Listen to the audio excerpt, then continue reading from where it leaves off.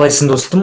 Керемет деген нұр арнасына қош келдің. Бүгін біз тура қазір саған, егер де сен iPhone смартфон ұстап және де оның паролін ұмытып қалатын болсаң, құпия сөзін қалай ашу керегін, қалай сол парольді алып тастауға болатын толық түрде сіздерге көрсететін боламыз. Сондықтан видеоны аяғына шейін көр. Егер де сен смартфонның құпия сөзін, паролін ұмытып қалсаң, қалай ашу керегін сен осы видеода үйренетін боласың. Бұл менің қарындасымның смартфоны, яғни моделі 5S, 5S iPhone смартфоны. Көріп тұрғандарыңыздай, сонымен қоса қараңыздар. iPhone отключен деп жазылып тұр.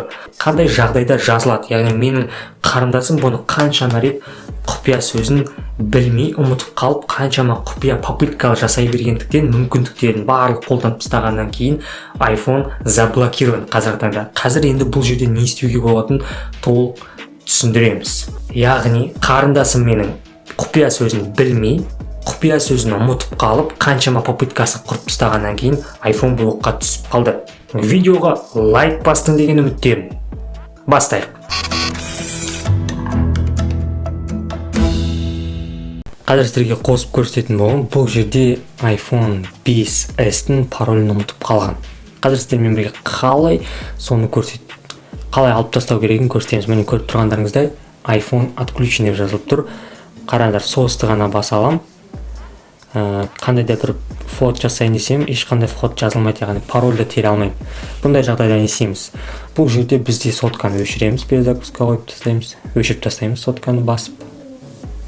Сосын бұл жерде бізге үш нәрсе қажет болады. Яғни 1 сағаттың көлемінде бізге ноутбук, біреуден сұрап аласыз, немесе өзіңізде болса тіпті жақсы. Сонымен қоса USB провод, менде Type-C, өйткені менде MacBook болғандықтан MacBookқа маған Type-C керек болады. Сізде Windows'ның операционный системасы Windows болса, ноутбугыңыз сізге USB керек болады. Сонымен қоса Lightning кабель жаңағы iPhone-ға. Яғни біз қазір iPhone-ды мына MacBook-қа iTunes арқылы енгізетін боламыз, және полный сброс жасайтын боламыз. Толығырақ сіздерге қазір қалай жасау керегін бірге көрсететін боламыз. Көріп тұрғандарыңызда 3 сағат қана керек. Ноутбукты біреуден сұрап алсаңыз болады, ал өзіңіздің сол арқылы өзіңіздің iPhone-ыңыздың блокировкасын шеше аласыз. Type-C болса Type-C, USB болса USB. Жарайды, бұл жерде iTunes-ты жазып алуымыз керек. Көріп тұрғандарыңызда бізде iTunes мынау.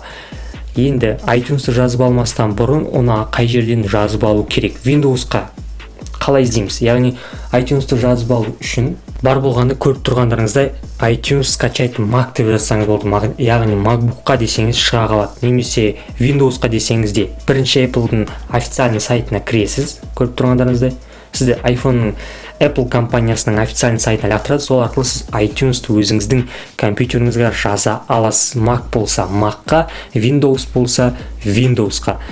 Осы процесті көрсетпей қойын, бірақ ол тез дали-далиен басу арқылы сіздер iTunes-ты өздеріңізге жазып аласыздар.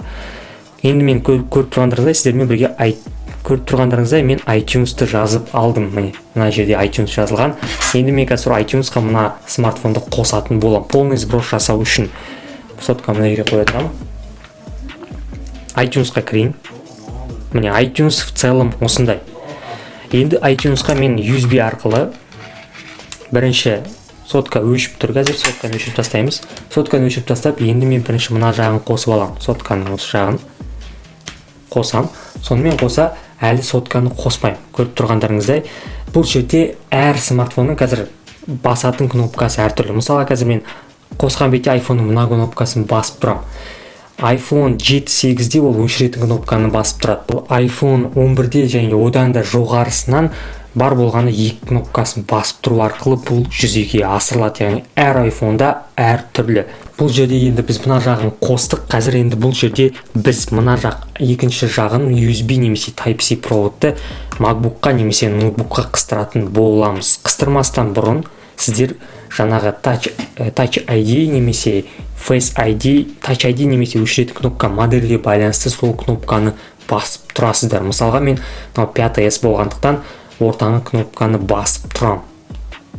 Және де басып тұру арқылы мына екінші жағын MacBook-қа қыстырам. Қыстырдым.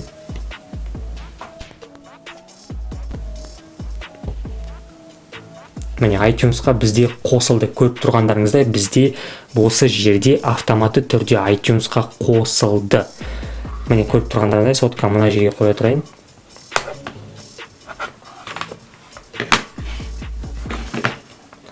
Енді бұл жерде көріп тұрғандарыңыздай обновить и восстановить деп тұр. Обновить деген кнопканы басамыз. Обновить дегенді басам. Далені басам. Бұл жерде соглашение береміз. Принять дегенді басамыз. Және де белгілі бір уақыт күтетін боламыз. Загрузка бізде қай жерде жүреді? Оң жағында загрузка жүреді көріп тұрғандарыңыздай. Міне мына жерде загрузка жүріп отырады. Кішкене күтеміз. Ол сіздің интернетіңіздің жылдамдығына байланысты тез немесе баяу жүруі мүмкін. Сіздер күтпеу үшін процесті тездетеміз.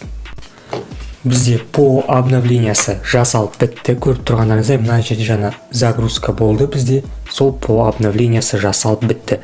По обновление жасалып біткеніне қайттан мына жерде USB-дан алып тастаймыз. Және де сотканы қайтадан өшіреміз.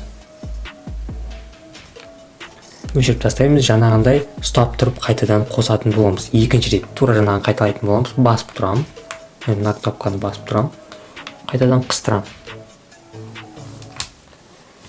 Қыстырам, кішкене күтеміз. iTunesқа қосылғанша. iTunesқа қосылды. Жіберем. Көріп тұрғандарыңызда енді бізде обновить, восстановить. Енді мен восстановить деген кнопканы басам. Обновить и восстановить и обновить деген кнопканы басамын. Және де төбеде көріп тұрғандарыңыздай бізде по полностью восстановление загрузка жүріп жатыр жоғарыда. Тағы да жаңа күтетін боламыз. Жаңа біз жарты сағат күткен болатынбыз. Енді кішкене тағы да күтеміз. Көріп тұрғандарыңыздай бұл жерде бізде восстановление болып жатыр полностью. Көріп тұрғандарыңыздай бізде мына жерде загрузка жүріп жатыр. Біздің iPhone-ның өзінде сонымен қоса көріп тұрғандарыңыздай мына жерде загрузка жүріп жатыр. Осы толғанға шейін сіздермен бірге күтетін боламыз. Бұл жерде бізде iTunes-та заводской настройкаға полный сброс жасалып бітті. Көріп тұрғандарыңыздай телефон бізде қазір қосылайын деп жатыр. Көріп тұрғандарыңыздай загрузка жүріп жатыр. Сіздермен бірге қазір күтеміз осы загрузканы. Мына жерде бізге жаңа ғана иконка шықты. Заводской настройка полное обновление жасалды деп. Бұл видеоны түсіру мақсатым сіздер қандай да бір телефон, смартфон жөнетін жерге барып, оларға ақша бермей үйде отырып өзіңіз де қалтаңызға бір үнемдеп 5.000-6.000 теңгеңізді үнемдеп, осылай бір сағаттық көлемінде өзіңізге полный сброс жасай аласыз. Осы видеоны түсіру себебім сіздерге осындай бір көмек ретінде. Яғни ешқандай техникадан хабар жоқ адам да өзінің смартфонына полный сброс жасай алады, паролін ұмытып қалса да. Сондықтан осы видеоны лайк басасың деген ойдамын, достарыңа жібересің деген ойдамын. Күтейік.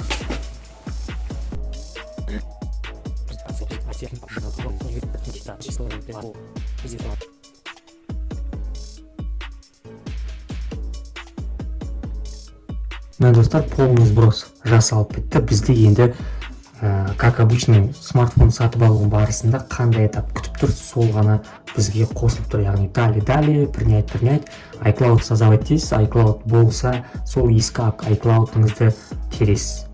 Мен достар, осылай сіздер оп-оңай-ақ кез келген смартфонды осылай iTunes арқылы iTunes'ты жазып алу арқылы, егер сіздер пароль құпия сөздеріңізді ұмытып қалсаңыздар, осылай восстановить ете аласыздар.